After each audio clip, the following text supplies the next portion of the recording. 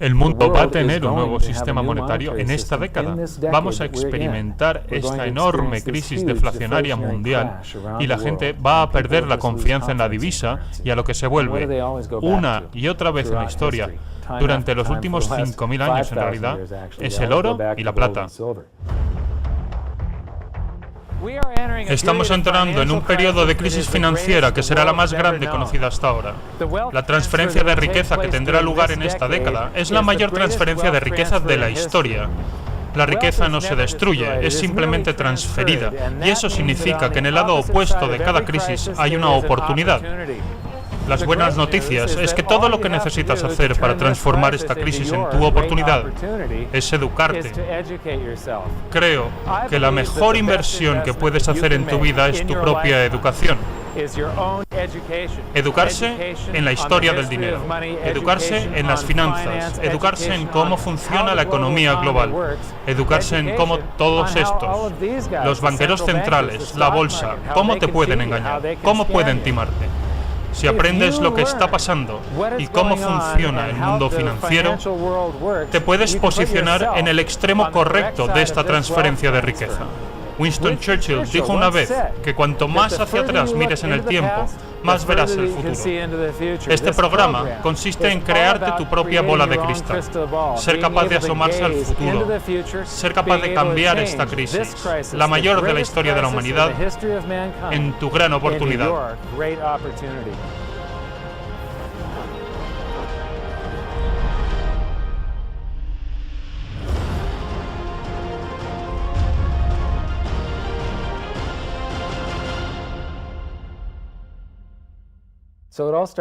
Todo empezó en 1999, cuando mi hermana y yo contratamos un asesor financiero para ayudar a mi madre con sus activos. Le dimos control sobre el patrimonio familiar. En un año y medio perdió el 50%. Cada 6 meses nos reuníamos y tenía una sonrisa enorme en la cara y nos decía: lo hemos hecho muy bien, el S&P ha perdido el 24% y tú solo has perdido el 18%.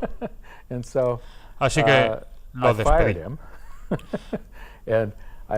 Lo transformé todo en efectivo y me sumergí a estudiar los mercados financieros, y eso me llevó a estudiar la economía. Cuando estudias la economía global, la gente que habla de déficit comercial y de déficit presupuestario, los partidarios del dinero respaldado, esos son la comunidad del oro. Y también hablan de historia monetaria, y entonces fue cuando realmente me enamoré. Porque la historia monetaria se repite una y otra vez desde el inicio de la civilización.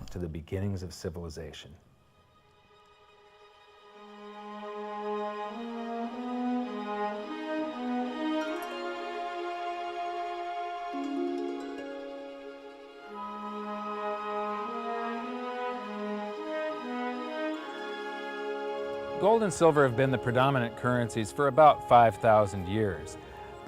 El oro y la plata han sido la divisa predominante durante los últimos 5.000 años, pero no fue hasta alrededor del 680-630 a.C. cuando se transformaron en dinero. Fue cuando se acuñó en monedas, en algún lugar del reino de Lidia, y tenían el mismo peso y tamaño, lo que las hizo intercambiables, es decir, fungibles. A partir de ahí, se hicieron útiles como unidad de cuenta, una medida con la que podías fijar un precio, una cantidad de monedas determinada que era igual para todos en cualquier lugar cuando se compraba ese bien o servicio. Pero no fue hasta que se llegó a la primera sociedad de mercado libre, el prototipo de la democracia, la cuna de la civilización, Atenas, cuando su uso se generalizó. De repente, el dinero había encontrado su casa, su medio natural, el mercado libre. Atenas fue la primera sociedad en tener un sistema impositivo de trabajo y mercados libres. Esto los entronó como el pináculo de la civilización. Su prosperidad les permitió crear grandes obras de arte y alcanzar un nivel de ingeniería y arquitectura no visto hasta entonces. Aquí estamos, 2.500 años más tarde, asombrados aún de sus logros. Fue un periodo fantástico de la historia de la humanidad, y la estrella ateniense brilló durante muchos años. Esto provoca la pregunta: ¿en qué se equivocaron? ¿Cómo una sociedad tan poderosa pudo caer? La respuesta se encuentra en el patrón que se encuentra a lo largo de la historia. Demasiada avaricia, demasiada guerra. Fue cuando se involucraron en las guerras del Peloponeso, con Esparta, cuando comenzaron sus problemas monetarios. Primero, perdieron el acceso a las minas de oro y plata. Además, estaban pagando ejércitos de infantería, a pie, a muchos kilómetros de Atenas. Así que, mientras pagaban a sus ejércitos para comprar bienes y servicios en las poblaciones de destino, la deflación aflora en Atenas, porque enviaban toda la acuñación de moneda fuera. Entonces, empezaron a aumentar la base monetaria para pagar la guerra. Si recoges 1000 unidades con impuestos, la fundes y mezclas ese oro con un 50% de cobre, entonces puedes acuñar 2000 unidades. Así que si recoges 1000 unidades y te gastas 2000, ¿cómo se llama? Se llama gasto deficitario. Atenas comenzó esto durante la guerra con Esparta. También construían enormes infraestructuras públicas que eran tremendamente caras. Y terminaron el templo de Atenea Nike durante la tregua, ya que hubo una tregua de 6 años durante esta guerra de un total de 27. Así que no cesaron las obras públicas para permitir que su economía de mercado se recuperara del gasto de la guerra. Mientras devaluaban su moneda, la gente aceptaba esa moneda por su valor facial, hasta que hubo demasiadas. Existe una llamada ley de Gresham que dice que la gente tiende a acumular aquello que es escaso y valioso, y por tanto tiende a gastar en primer lugar aquello que es más común. Así que las monedas de oro y plata empezaron a desaparecer de la circulación, convirtiéndose en escasas. De esta manera, solo eran accesibles las monedas de cobre. De repente, hacía falta una gran cantidad de monedas para comprar una sola moneda de oro o plata pura. Y esta fue la primera vez en la historia que el oro y la plata tuvieron un precio, ya que antes de todo, eso se referenciaba a un peso en oro o plata. Así que un factor importante en la caída de Atenas fue el gasto público en la guerra, en la expansión del imperio, la devaluación de la moneda y la posterior inflación provocada. Acuñaron monedas hasta que se convirtió en pedazos flexibles de cobre. Fue la primera hiperinflación conocida y debilitó financieramente a Atenas, hasta el punto en el que en el 404 a.C. se rindieron a Esparta y acabaron siendo un satélite de Roma.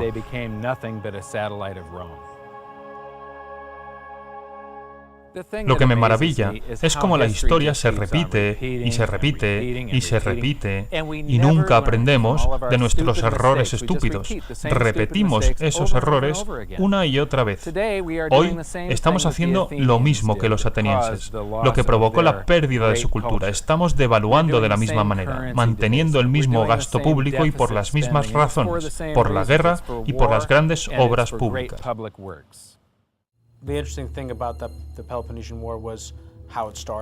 Lo interesante de la guerra del Peloponeso es cómo empezó.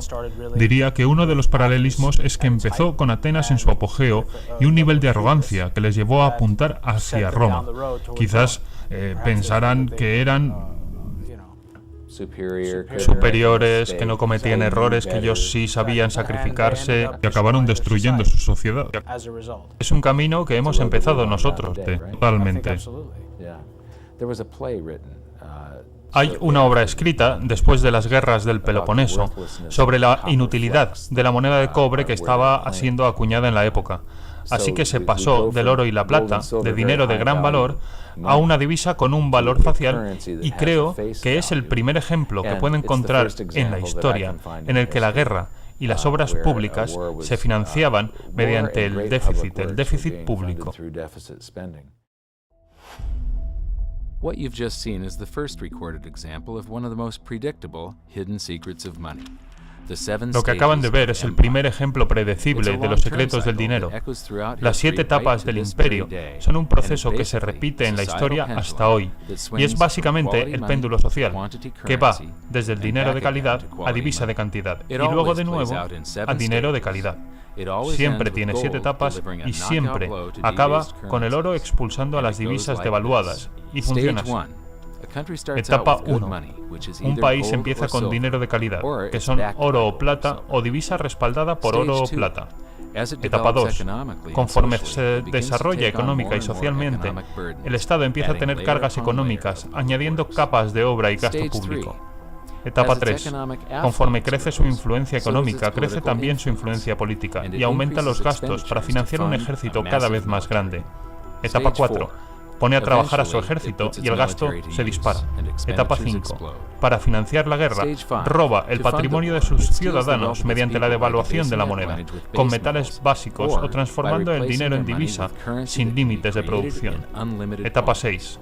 La pérdida del poder adquisitivo es percibida por su población en los mercados financieros, impulsando la pérdida de fe en la divisa.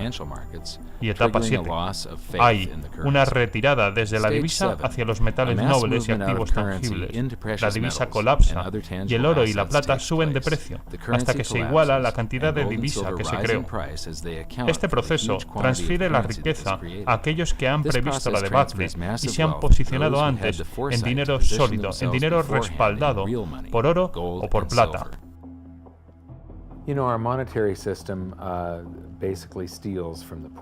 Nuestro sistema monetario, básicamente, roba a las clases pobres y medias y transfiere la riqueza a los bancos. Lo hemos visto en la historia y se repite una y otra vez. Lo que está pasando hoy en Grecia es lo mismo que pasó en el 407 a.C. El gasto público para financiar todas estas obras públicas y la devaluación de la moneda les llevó a ser un satélite de Roma. Hoy son un satélite de los bancos.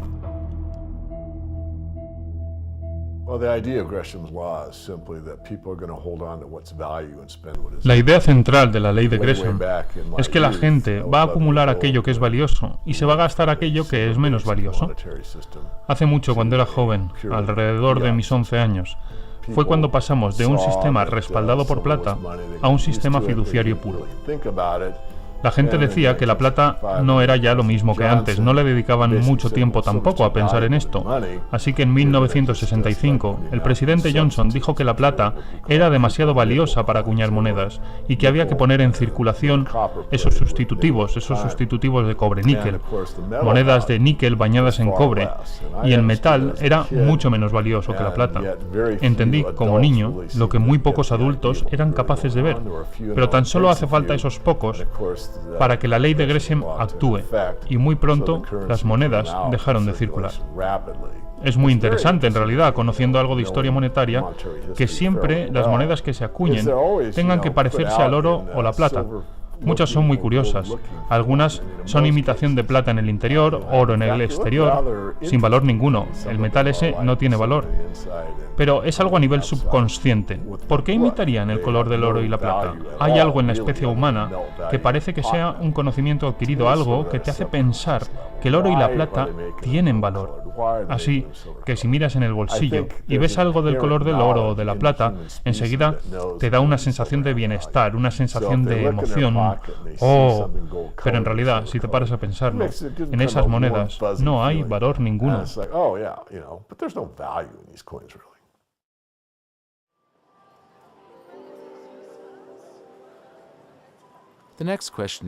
La siguiente pregunta es: ¿cómo me afecta esto a mí?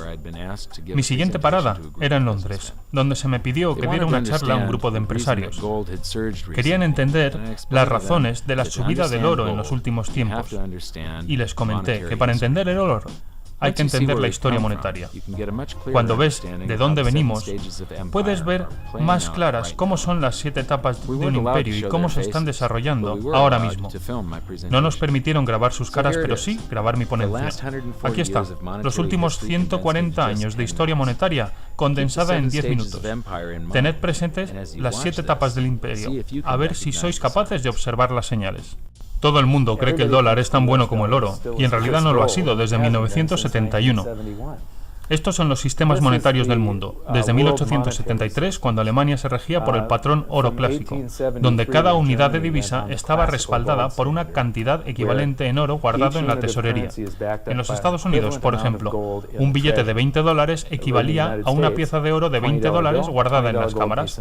Es decir, que tú podías entrar en cualquier banco, entregar tu divisa, que no era más que un recibo por el dinero, es decir, un cheque por valor del dinero, y entonces pedías tu dinero de oro y plata, y te lo entregaban. Esto era divisa y esto era dinero. No había ninguna otra razón para que los gobiernos guardaran oro en sus cámaras más que la de respaldar la divisa impresa. El oro le da confianza a la divisa y la divisa le da a los gobiernos la posibilidad de comenzar con la estafa porque imprimen recibos por oro y luego se empiezan a imprimir más recibos que oro existe en realidad. Eso ocurrió durante la Primera Guerra Mundial. Durante el combate cesaron los derechos de rescate del oro y ya no podías ir al banco y cambiar tus libras, tus liras, tus marcos, tus francos por oro. Ya no eran cambiables por oro. Pusieron en marcha las prensas para imprimir como locos. Luego, entre guerras, funcionó algo llamado el patrón intercambio de oro, en el que las divisas estaban respaldadas por oro, pero solo parcialmente. En los Estados Unidos, bajo el Acta de la Reserva Federal de 1913, se le autorizó a imprimir billetes de $50 respaldados solo por $20 de oro, es decir, un 40% de respaldo. Por cada $20 en las cámaras podían imprimir $50. $20 gold piece in the vault, they could put $50 in circulation. We're the dollars of the nation on parade. We're the biggest batch of dollars ever made. Oh, we used to march by millions, but now we march by billions, and maybe we'll be trillions for your dead. We're the dollars. Then we get to 1944. Now, during both wars, Europe paid the U.S. with gold. During World War I, llegamos a 1944. Durante las guerras, Europa pagaba a los Estados Unidos con oro. Durante la primera, los Estados Unidos entraron en el conflicto casi al final. No había tropas sobre el terreno hasta los últimos 6 meses. Durante aproximadamente 4 años os estuvimos vendiendo, es decir, vosotros habíais mandado a vuestros jóvenes al frente desde las granjas y fábricas que manufacturaban bienes de consumo, y las fábricas empezaron a manufacturar metralletas o tanques, mientras antes se fabricaban coches. Así que la economía estaba enfocada a la guerra y todos los bienes de consumo y agricultura tenían que importarse de los Estados Unidos, todo pagado con oro. En la Segunda Guerra Mundial, Hitler comienza con el ruido de sables en 1936. Anexiona a Austria en 1938, invade Polonia en el 39 y fue en 1941 cuando se ataca Pearl Harbor. Y no mandamos tropas hasta agosto del 42, creo. De nuevo, durante 6 años nos pagabais en oro y os vendíamos de todo. De aquí viene el mito americano de que la guerra es buena para la economía, y lo es si no estás implicado, y si estás vendiendo a los participantes absolutamente todos los bienes que están necesitando. Yes, America's national income gets bigger and bigger. In 1943, it was $142 billion. That was double the 1939 figure, triple the figure for 1933. But by the end of World War II, the U.S. had 2/3 of all the world's monetary gold. Al final de la Segunda Guerra Mundial, los Estados Unidos tenían 2/3 de las reservas mundiales de oro y el resto del mundo se tenía que repartir el resto. Europa no tenía nada, así que el sistema monetario mundial no iba a sostenerse, iba a colapsar. Pero todavía estaban todos estos préstamos en dólares para Europa, que estaba inundada literalmente de dólares. Representantes mundiales se reunieron entonces en Bretton Woods, New Hampshire, en 1944 y decidieron crear un nuevo sistema monetario, el sistema Bretton Woods, en el que todas las divisas existentes, con pocas excepciones, estarían respaldadas por el dólar y el dólar estaría respaldado por el oro a $35 la onza. Esto dio confianza en las divisas y estabilidad al mundo y vinculaba todas las divisas entre ellas a través del dólar y por medio del oro. No existía el forex, las divisas no fluctuaban, los tipos de intercambio se fijaban cada año y esto ayudó a relanzar el comercio internacional. Entonces comienza el patrón dólar, porque seguíamos imprimiendo dólares. Según Bretton Woods, no había ninguna proporción en la que el dólar debía respaldarse por el oro. Entonces ya habíamos comenzado con un gasto público deficitario para financiar la guerra de Corea, de Vietnam, para la gran sociedad de Johnson, y se aumentó la oferta monetaria, la cantidad de dólares en circulación, y los exportamos por todo el mundo. Luego, en los 60, De Gaulle se da cuenta de que no tenemos oro suficiente para respaldar el dólar.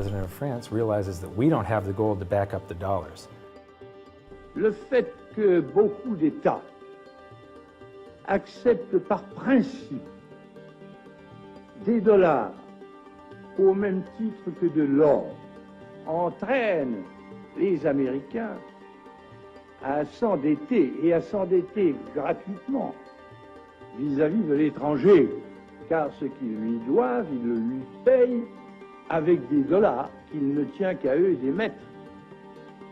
Nous estimons nécessaire que les échanges internationaux soient établis comme c'était le cas avant les grands malheurs du monde, sur une base monétaire indiscutable et qui ne porte la marque d'aucun pays en particulier. Quelle base? En vérité, on ne voit pas qu'il puisse y avoir réellement de critères, d'étalons autres que l'or. Francia pide que le devuelvan su oro, cambiándolo por los dólares que tenía. Otros países se unirán entonces al carro y los Estados Unidos pierden la mitad de su oro entre 1959 y 1971. Aún así, en 1971 todavía existían 12 veces más dólares creados que oro existente. Y esto es un pánico bancario. Estados Unidos ejercía el papel de banco. Este es un pánico bancario soberano, porque Estados Unidos, por segunda vez en la historia, había cometido fraude y había creado más recibos de oro que oro existente. Así de simple. Los mercados se dan cuenta, lo sintieron, y Nixon se vio forzado a salir del patrón oro, porque si hubiera pagado todo el oro de los recibos hasta llegar a cero, una vez no hubiera tenido suficiente para seguir pagando, todo el sistema monetario hubiera colapsado. I have directed Secretary Connally to suspend temporarily the convertibility of the dollar into gold or other reserve assets, except in amounts and conditions determined to be in the interest of monetary stability and in the best interest of the United States.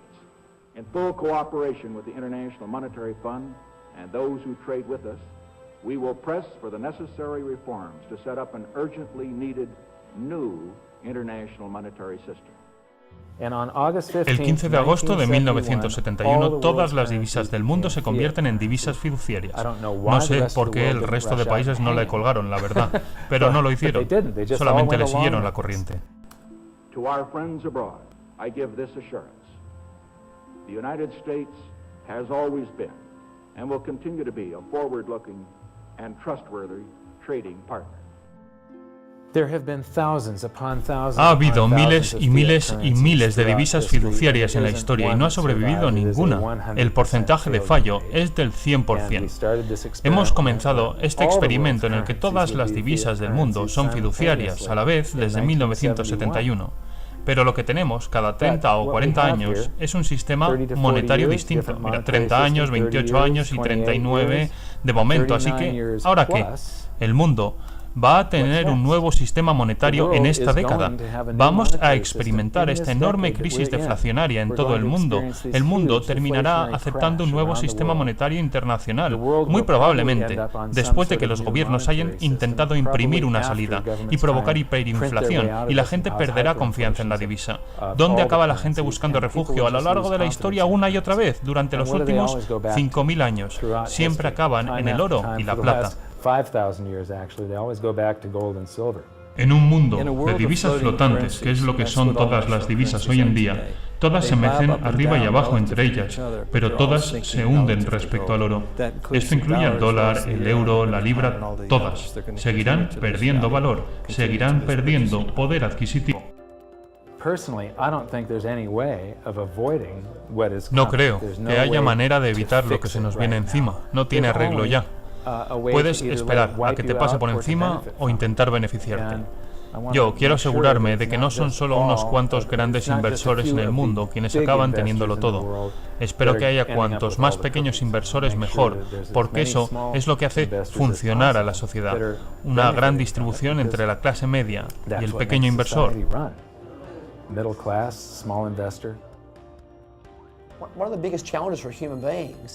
Uno de los desafíos de la especie es que estamos diseñados para operar en inminencia.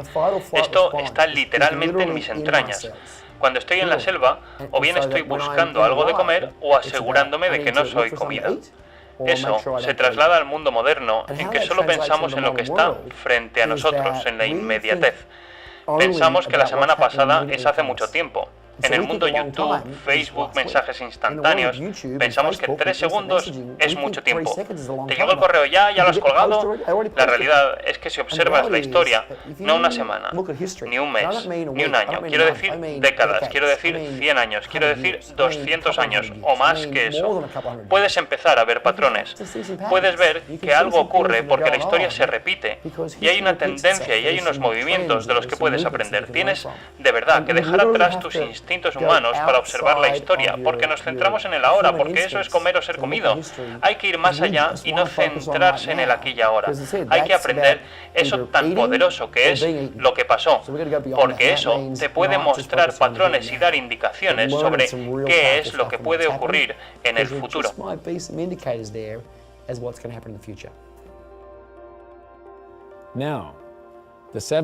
Ahora, como recordatorio, las 7 etapas del imperio.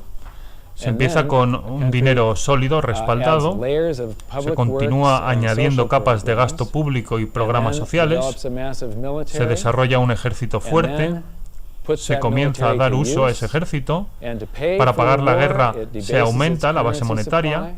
Esto provoca la pérdida de fe en la moneda y desencadena una crisis monetaria, y el oro recupera el valor de toda esa impresión que se realizó en los años de las 5 primeras etapas. Estamos en la 6ª etapa, principios de la 7ª. El oro comenzó su revaluación en el 2001, cuando estaba a $250, pero aún estamos en los primeros pasos. But we're still in the very early stages of this. El problema del oro es que la gente no lo entiende. Por alguna razón, ha desaparecido del currículum en los últimos 35 años y tenemos a 2 generaciones académicas que no han estudiado jamás el oro, a no ser que sean especialistas en historia monetaria. Cuando estaba en la universidad y en el colegio, todavía estábamos en algún tipo de patrón oro, eso sí, muy atenuado, pero se estudiaba el Fondo Monetario Internacional y la manera en que se presentaban las cuentas de los países y se desglosaban las reservas y las cuentas, y tenías que entender el oro y el papel que jugaba en términos de equilibrio comercial. Eso desapareció en 1971 cuando Nixon abandona el patrón oro, así que los alumnos ya no lo entienden. Piensan que es una broma, que es una materia prima con cierto impulso comercial. No entienden que en realidad es el último refugio del dinero.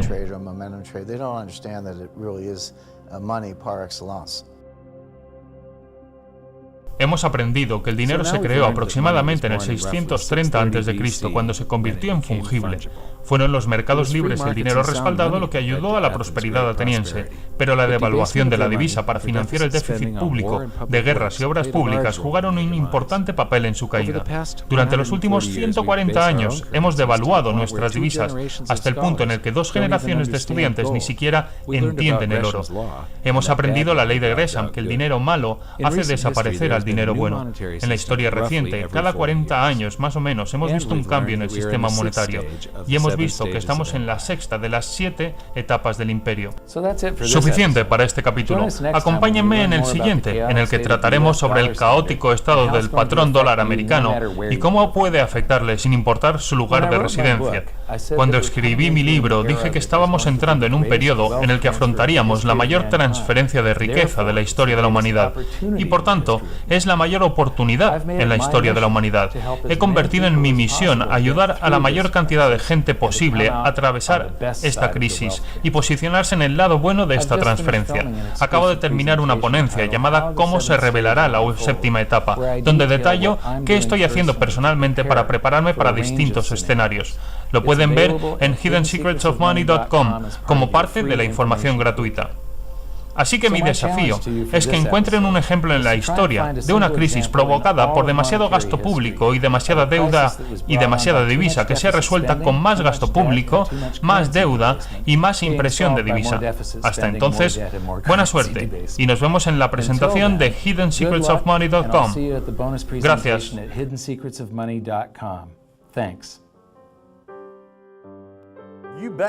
There is no other side. You're either silver and gold or you're doomed. That's exactly the way the world is always working. That's the way it's working right now.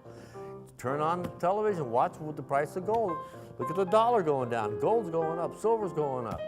That's exactly the way it's always worked, and it's always worked that way, and it's working that way now. And why is anyone surprised?